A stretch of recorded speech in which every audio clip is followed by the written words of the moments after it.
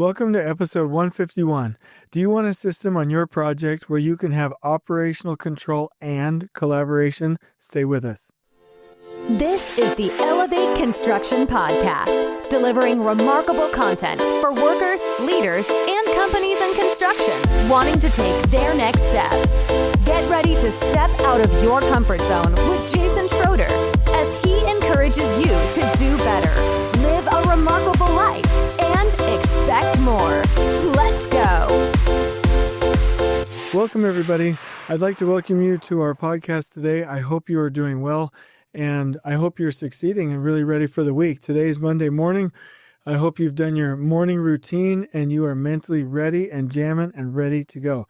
So as I start this podcast out, I want to mention the difference between command and control and collaboration. Now, I'm not 100% right about this. I'll just give you my opinion.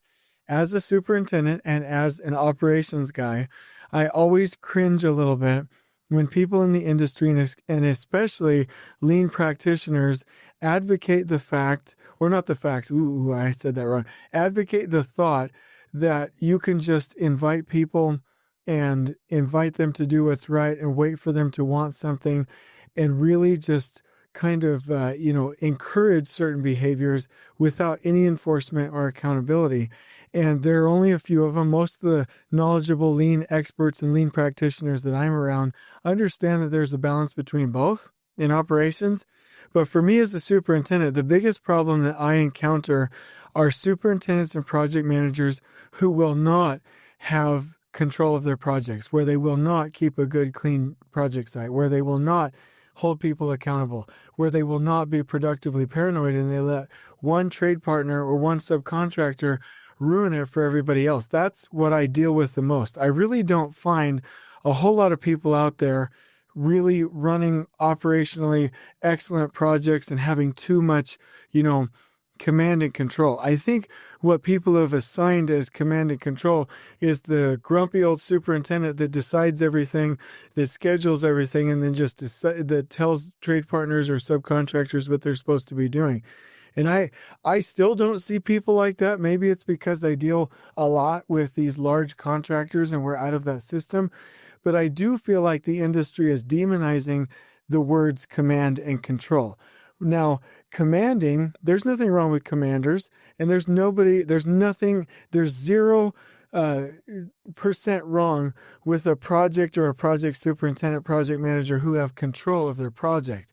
What I think people are trying to, and I do mean the word try, what I think people are trying to communicate is that we don't want supers deciding what everybody should do, not listening, and just shoving it down everybody's throat. But there is a way to have a collaborative planning team, a collaborative and integrated team, and then for that superintendent to have command and control in the execution of that plan with the other foreman. Because if you don't have control of your project, and if you can't be a good commander out there, then you're not going to be successful. So I really cringe when I hear people say, oh, it's just invitation. Oh, it's just waiting for them to want it. Oh, it's just, teaching them. Oh, it's just, collaboration 100% of the time. Well, that's not true. And as Patrick Lencioni talks about, there's typically a third of the people who are bought in, a middle third who are just kind of question mark up in the air. And then the last third, they're not bought in. We're never going to get that last third, that not bought in group, unless there's a pay to play, unless there are consequences, unless there's zero tolerance, unless there's accountability. And so anytime I go to a project and it works every time, and I run some of the best, most remarkably clean, operationally stable projects that I've ever seen, there's 6 weeks of absolute dictatorship. Jason Schroeder's on the job. This is tyranny. Dictatorship. We are going to lead you through these processes. It's just-in-time deliveries, scheduled deliveries, perfect cleanliness, perfect organization, perfect safety at the huddles. You will do these things. Quality at the source. You will rip out that column if it's wrong. We're not going to RFI it and send it down to the owner. 6 weeks of absolute just dictatorship. And then after that 6 weeks, when people see the system, when they know the system, when they feel the system, then they can volunteer, make tweaks, add comments, and then we're able to do the collaboration because they've seen it. But if you don't do that, you've only given them option A. But if I come into a project site and say, okay, you already have option A, you know how you've been doing it. Now you will do it my way for 6 weeks. And after the 6 weeks, now we'll decide together. Now you have option A and B. But if you come into a project site and you say, hey, everybody, here are all these cool lean concepts, they still only have option A because they haven't seen it. And so I really want to talk against the demonizing of the concept of command and control and 100% collaboration. It's a mix between the both. I would call it collaborative planning, total participation, and total implementation, and then accountable systems where you have command and control in the field. That's how I would say it. But again, I think if most lean practitioners would talk to operations folks and you just say, hey, command and control is out, we would really get most people would get really skeptical because there has to be a certain amount of control on the project side. And I would say that lean systems do not thrive where the general contractor does not have control of that project. So collaborative planning, total participation, and accountable systems in the field with command and control. Once the team has collaboratively decided as a team, then that superintendent has command and controls the outcome with that team's decision according to the team decision, doesn't shove it down the team's throat, but once that team has collaborated, he or she has control of their project. That's what I would suggest. And it works every time.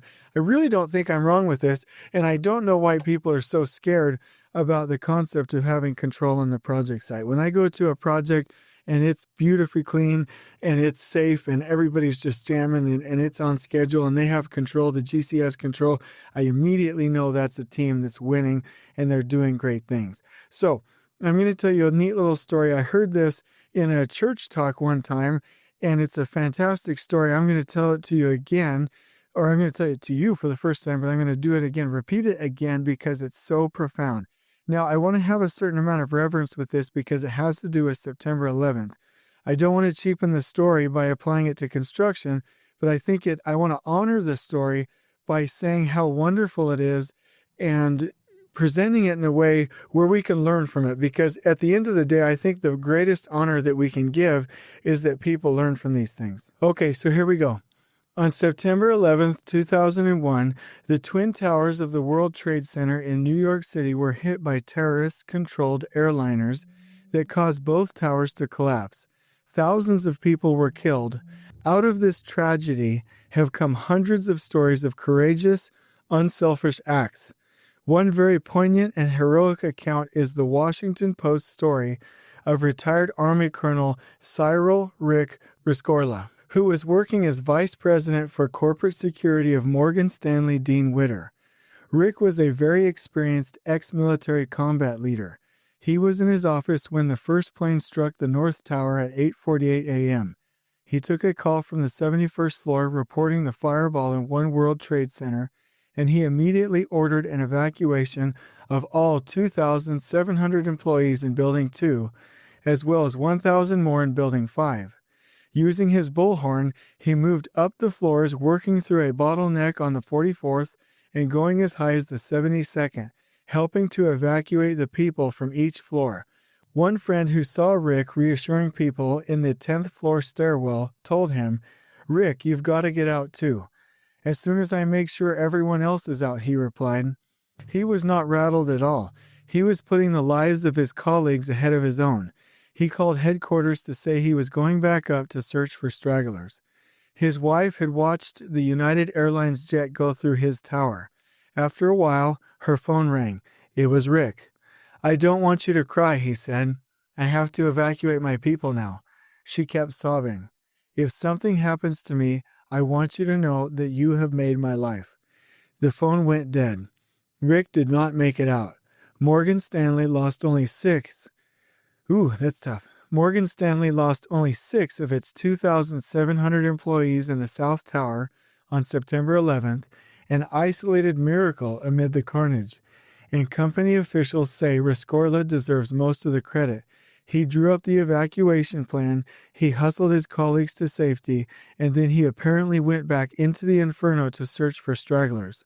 He was the last man out of the South Tower after the World Trade Center bombing in 1993, and no one else seems to doubt that he would have been again last month if the skyscraper hadn't collapsed on him first. Amid the great evil and carnage of September 11th, 2001, Rick was not looking for what might be in it for him. Instead, he was unselfishly thinking about others and the danger they were in. Rick Rescorla was the right man in the right place at the right time. Rick, a 62-year-old mountain of a man, coolly sacrificed his life for others. It has been said that greater love hath no man than this, that a man lay down his life for his friends. Most of us don't demonstrate our unselfishness in such a dramatic way, but for each of us, unselfishness can mean being the right person at the right time in the right place to render service. Almost every day brings opportunities to perform unselfish acts for others. Such acts are unlimited and can be as simple as a kind word, a helping hand, or a gracious smile. And I really like this story because we on our construction projects, while it might seem that I'm being a little bit dramatic, we on our construction projects are guardians like Rick was. We draw up the safety plans, we keep people safe, and we make sure that we get people to safe situations and that we care for our people. And just like he told his wife, we need to say, it's okay, it's time for me to keep my people safe now. I have to do that. And that's really what we need to focus on. And so when people are too fearful or selfish, that they say things like, well, it's up to them, I can't change it, I told them, they really don't want to do it, I can't make a difference here. I think we're being a little bit selfish, and we need to get out of our comfort zone, and we need to go protect our people. Just like he said, I have to evacuate my people now. I have to take care of my people now. I have to implement a safe project right now. I have to have operational control on my project right now. I have to make sure that everyone is wearing their safety glasses, all of their other PPE, safe procedures, and that they're wearing their fall protection gear. I have to make sure that everything's clean and organized. I have to make sure that we're not overworking people. I have to protect families. I have to evacuate my people now, is what we need to say, and have the courage to go out on our project sites and make a difference, and not just chalk it up as not our business. There is something wonderful about having operational control and keeping our people safe. At the end of the day, Rick didn't give any excuses. He got it done, and that's fantastic. So let me continue this podcast. I'm going to skip a couple of the sections because there's so much content in here. I don't want to lose you with how long it is. So I'll talk about what I'm excited about tomorrow, and also talk about some feedback tomorrow. Tonight, I want to talk, because I'm recording it for you tomorrow morning, tonight, but our conflict that I want to talk about is that your systems are not getting information to the workers. Just like in Rick's scenario, if he didn't get all of the information on how to be safe and how to evacuate and how to get to safety to everybody in the building, it wouldn't have mattered. You know, if he had said to department heads, here's how you're safe, here's how you get to safety, and trusted them to get everybody to safety, he wouldn't have gone back up. But he went back up with a bullhorn to keep everybody safe. And I like that image because I encourage worker huddles. And usually every time we have a bullhorn, we have a megaphone out there keeping our people safe, so that they know the plan. And so right now on projects, our systems are not getting information all the way to the workers. What about your scheduling system? What about your pre-con system? What about any system on site? Are you getting it all the way to the workers? If not, there's a fundamental breakdown. And so let me tell you just a little bit of a story about the scheduling department. And I want to talk to you about how we got information all the way to the workers, but also solved problems as we went. So I was working with a scheduling department one time. I personally don't like the word department, but we'll use it here. I like the words functional groups or teams, but this is really a scheduling team. So let me call it a scheduling team. So they were doing what I'm about to talk about in a minute, the normal process of creating a master schedule in P6. And then on projects, they would print out a 3-week look-ahead schedule. And they would do everything, all operations based on that system. But we asked the question, and I asked them the question, how can we get the information all the way to the workers?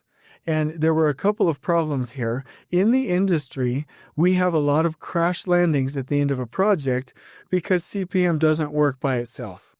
So one of the first things that we did was to make sure that we had good schedules by merging our master schedule with Takt planning.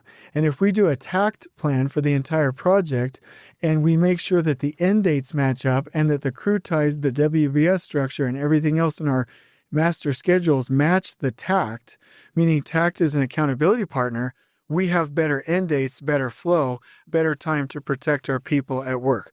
That was one of the first things. The other thing that was quite apparent was that we weren't going to get information all the way to the workers unless we did a couple of things.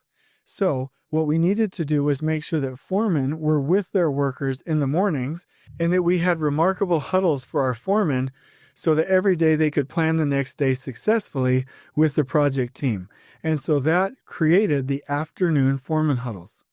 So that foremen can plan, they can think about it, they can subconsciously even dream about the plan for the next day, and then be with their men and women the next day in the morning to get them set up. That was another step. Then we asked ourselves, how can we get the information all the way to the workers, even if we've told the foreman and the foremen are collaboratively planning with us? Well, the answer is the morning worker huddle, where we spend 5 to 10, most 15 minutes with all workers on site with our megaphone, explaining the plan for the day, the vision for the day, the safety parameters for the day, the key things that would demonstrate winning for the day, and get everybody headed in the same direction. And that was fantastic. That is one of the last steps to get any planning, any schedule, any overall guiding structure or system on your project site all the way to the workers. Okay, then we figured out, and this is more on the operations side versus the scheduling systems, but we realized that none of these systems would be very useful unless the project site had a pay-to-play or a zero-tolerance system for implementing and following things on site that deals with cleanliness, that deals with organization, that deals with safety, that deals with quality at the source, that deals with quality inspections, how we carry out work. If we don't hold the project team and all of the workers and everybody on the project site accountable to implement what we're supposed to be implementing from a production control standpoint, then we're not going to be successful. Now, I'm not talking about, okay, you didn't get your work done like you said you were going to, you're kicked off the job. That's not what I'm saying. What I'm saying is, if we don't have control of the job from a cleanliness, organization, and safety standpoint, a delivery standpoint, and an operations standpoint, then we can never meet our production control deadlines because the system isn't stable and we're riddled with waste and variation. So we realized that. The other thing is that we realized that we need to really elevate the training for workers, and that comes down to better orientations and better training. And so the reason that I say this is that I'm hoping it gives you an overview of wherever a department or a functional team or a company or a team or a person is, we need to constantly fix what bugs us and get to a point where we're meeting and accomplishing the end vision, which is to get information all the way to the workers. That is the ultimate end of everything that we do to create stability for them. And so the principle is that needs to be our focus. So let me talk to you about the old system, the last planner system, and the operational control system. So first of all, in the old system, we would create a master schedule. We would create in P6 or Microsoft Project or in another software. And usually the first planners would do this, and we wouldn't have a lot of trade partner input. We would say, this is what we're going to do. And then we would filter it into a 3-week look ahead and tell trade partners, well, in this case, we're treating them like subcontractors, but we would treat them in a way where we said, this is what you're going to do. And this is why I think people attempt to demonize the term command and control. But really, this isn't command and control. This is dictation and a lack of planning. And so what the gap is that to get the information to the workers, and I have a little graphic here if you ever want to reference it, the superintendent really has to run around and put out fires, tell people what to do, fix problems, and play savior with everyone. It's absolute chaos. And so supers have to be out in the field all day babysitting everybody because the system doesn't work. And so let's go to the last planner system, which is much improved. Here's how you do it. The first planners create a master schedule. They get it to a level 4 detail, which is that you have trade partner buy-in, you have production rates, you have historicals, you have buy-in from the start, and hopefully it's merged with a flow because last planner believes in flow. And then you do phase planning with a technique called pull planning to milestones, where you get collaboration with the sequence and the durations of the activities with your trade partners together, where you see as a group, know as a group, and act as a group. And then as you get closer to the current date, you print out a 3 or 6 week make-ready schedule, which has further detail and collaboration with your trade partners on your planning boards, either in stickies or in dry erase marker or in a software. And as you do that, you have more buy-in, and you can plan materials, information, manpower, and equipment based on those dates because it's fairly certain. And then on a weekly basis, you sit down with your trade partners and you create a weekly work plan where you have 100% commitment, and you make sure that everybody geographically fits and that any dependencies within that weekly work plan are accounted for, and that any problems where we don't vertically align to milestones and we're not meeting dates are solved, and we've solved it down to the root cause and we have a good plan. Okay. Then we go out into the field and we execute, and we do a morning huddle according to the last planner system, and then we track % plan complete. Now this system still has some variation and chaos in it because we're trusting Foreman to communicate to the workers. Now, I'm not saying that's horrible. That's a leaps and bounds. That's 100 miles farther than our old system. But Foreman, 50% of the time, will not communicate what we have told them to the workers. If you ever have any questions about that, or if you're like, Jason's not right about that, try some of these communication games. Try the telephone game where you start at one end and you end at the other with the message that you communicated, and you'll find out really quickly that it is very difficult to have information cascaded through others unless it comes from the original source. And so you would, according to Last Planner, you have your master schedule, then pull planning, then make ready schedules, your weekly work plan, and then with your foreman, you're huddling every day. You execute the work, and then you track your % promises complete, your % plan complete, to make corrections for any of the variances that you have.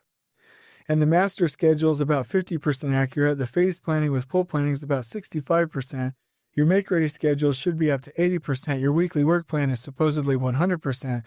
But the problem is when it gets transferred from the foreman to the workers, they only understand about 50%. So you go 50 to 65 to 80 to 100, and then you go back down to 50 because there's a communication breakdown there. Okay, so let's now go to the operational control system, which is widely based off of the Last Planner system. Okay, what I call the operational control system is where you first begin with a Takt plan for the entire project. Then you go into a master schedule where you bring it down to a level 3, 3.5, level 4, trade partner input, the whole 9. But it's based off the Takt plan, so you have the right overall end date, you have the right flow, and you have the right crew ties, and you have the right WBS. Okay? Then from that, you pull milestones from the master schedule, just like you did in the other system, and you pull plan to it with collaboration with your trade partners together. But another interesting thing happens is you format your master schedule into what's called a graphical schedule, to where it looks exactly like the Takt plan, so that at any given moment throughout the project, you can still see that flow. You can compare it to what it once was, and it's on a single page, and you can see that plan within 5 to 30 seconds. And then you do your make-ready schedules, your 3-week to 6-week look-ahead, and then your weekly work plan. But here's the added step that I believe in that is game-changing, that Elevate Construction, that I would recommend to anybody in the industry, and if you need help, let me know. I would switch the huddles with the foreman to the afternoon. The afternoon is the best time because they can collect daily reports. We can plan for permits the next day, especially when it has to do with soils disturbance or dig permits. They can think about it throughout the night, gather all their tools and equipment, and then they're ready to go with the workers the next morning. I've always found it quite a bit silly that we would tell workers what to do, then go into a morning huddle with our foreman, change the plan, then go out and talk to the workers and redirect them. Essentially, half the time we've wasted the first 2 hours of the day. So I switched those to the afternoon, to where there's afternoon foreman huddles, and foremen can be with their workers in the morning when it's most critical for them to be there. Then, to get the information to the workers, I encourage a worker huddle. And that's where the entire project team, the general contractor, the superintendent, the PM, the assistant supers, huddle with a megaphone, every worker on site. And even during COVID-19, you can do this 6 feet away unless there are gathering restrictions. And you gather everybody together. And if you do have COVID-19 restrictions, let's just be excited to get out of that as soon as we can once COVID-19 has settled down. And I'm not being irreverent about that. I'm just saying once that environment is stable and we don't have those restrictions, let's get back to these worker huddles. They're absolutely game changing. And so when we communicate to workers every day for 5 to 15 minutes, what's the plan? Where are we headed? What's most important? What's the biggest safety risk? Where are the cranes today? Where are the deliveries coming? And you teach them and you create a social group and you're all seeing as a group, acting as a group, knowing as a group, then that's fantastic. And so the percentage goes from Takt plan is like, 30 to 40% accurate. Master schedule, 50% accurate. Phase planning, 65% accurate. Make ready schedules, 80% accurate. Weekly work plan, 100% committed, 100% accurate. Maybe we'll get 80% of that, but the weekly work plan is 100% accurate to our knowledge at the time. And then we go into our afternoon foreman huddles where we communicate to them and plan the next day together, where we can execute the work. And then the next morning we communicate with all workers on site and we take their understanding, their comprehension, their knowledge of the plan at least from 50% to 75, if not higher. And so you're going 40 to 50, 50 to 65, 65 to 80, 80 to 100, 100 to still 100, and then 100 down to 75. You only have about a 25% loss versus a 50% loss in the other system. And so here's where you do that. And let me give you the formats first. So your Takt plan is in Excel. Your master schedule is in, let's just use P6. It's in one of your CPM softwares. Your phase planning is in P6. Your make-ready schedules are on your planning boards. Your weekly work plan, that is on your planning boards. Your day plan is on your planning boards. And then you communicate with your workers on a day plan and also visually and verbally in the field. And so your Takt plan is a part of your first planner system. Your master schedule is a part of your first planner system. Your phase planning meetings, where you're pull planning with trade partners, is ad hoc. And your make-ready schedules is in your trade partner weekly tactical. Your weekly work plan is created in your trade partner weekly tactical. Your day plan is created in the afternoon foreman huddle. And your workers are communicated to and with, and you receive feedback from them in the worker huddle. Now, this system, pulled together into a sequence, into a contextual sequence, gets information to the workers and better enables you to have operational control and production control on your project site. Because I'm not just, when I hear about books and presentations and things like that for the last planner system, I think that's great.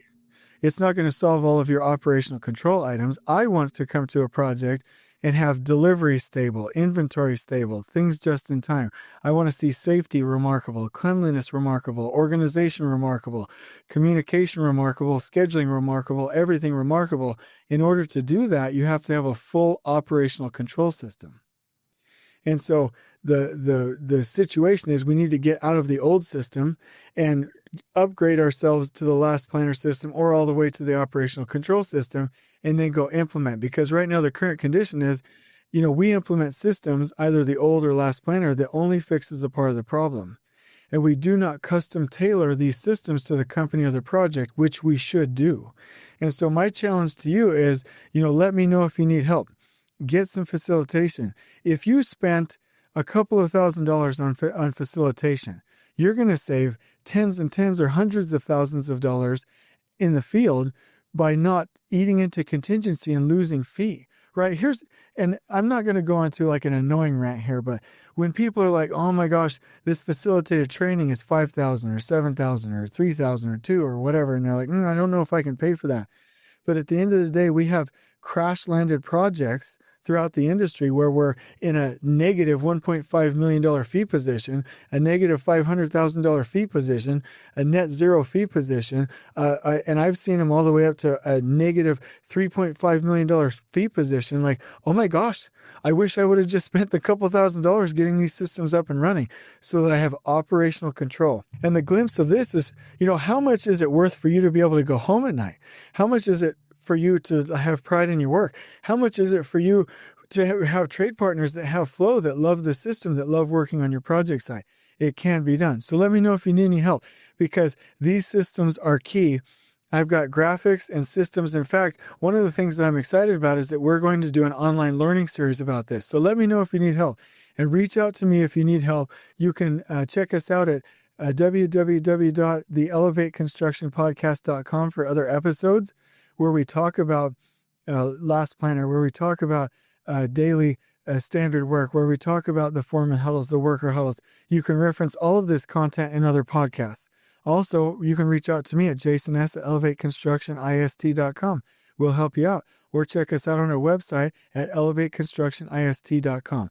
But at the end of the day, I do want to say, tomorrow, you could have an operationally excellent site by following a system that transfers your time from babysitting in the field to running remarkable meetings and a remarkable scheduling system to where you would never actually have to be in the field because everybody is working harmoniously together.